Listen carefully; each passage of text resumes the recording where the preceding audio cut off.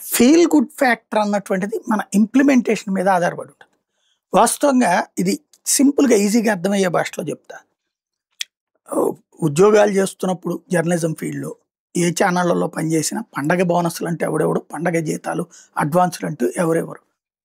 రూపాయి మిగుల్చుకుంటే సాధ్యమవుతుంది. కానీ నాలాంటోడికి జీతము, ఇంటి ఖర్చులు సరిపోతూ ఉండేది.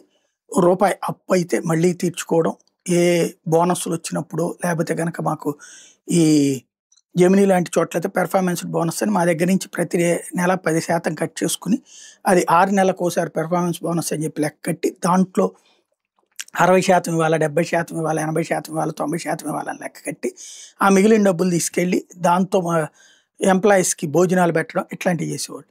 అదే టీవీ9లో ఉన్నప్పుడు వాటిట్లో సిస్టమ్ ఏంటంటే, ఈ జీతాలు ఏప్రిల్ నుంచి పెంచాలి. ఏప్రిల్‌లో పెంచడం కాబట్టి సెప్టెంబర్, అక్టోబర్‌లో పెంచేవాళ్ళు. పెంచి ఆ ఏప్రిల్, మే, జూన్, జూలై, ఆగస్ట్, సెప్టెంబర్ ఇట్లాగా ఈ 6 నెలల డబ్బులు వేస్తుండేవాళ్ళు.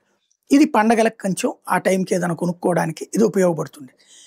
అప్పుడు పండగ రోజున బట్టలు కొనిపెడితే, పండగ రోజు కంటే ముందు మనం బట్టలు కొనిపెడితే, పండగ రోజు ధరించేటట్టు, పండగ రోజుకి కావాల్సింది ఏదైనా బంగారం కొనిపెడితే ఓ తృప్తి ఉంటుంది. సరే మొత్తం 25-30 ఏళ్లలో లెక్కేసుకుంటే ఒక 2 సార్లు, 3 సార్లు నేను అది చేయగలిగినట్టున్నా. అంత మించి వల్ల కాలేదు. అది అప్పుడు ఆ కొన్నప్పుడు ఉన్న సాటిస్ఫాక్షను, అలాగే ఇప్పించలేకపోయినప్పుడు ఉన్నటువంటి డిస్సాటిస్ఫాక్షన్. ఆ తర్వాత కొంటాం అవసరమైన టైంలో.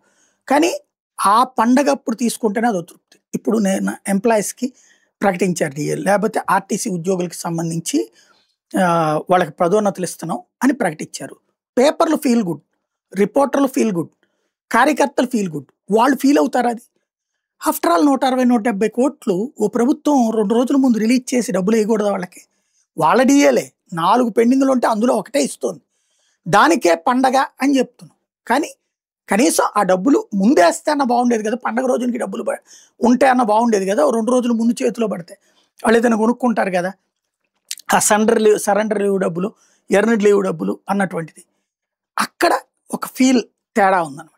ఇంకొకటి పీఆర్సీ అనౌన్స్‌మెంట్ లేకపోతే ఐఆర్ అనౌన్స్‌మెంట్ చేస్తే రేపు నెల నుంచి వస్తది అనేటటువంటి ఒక తృప్తి ఉంటే అదొకటి ఉంటుంది. అది కాల.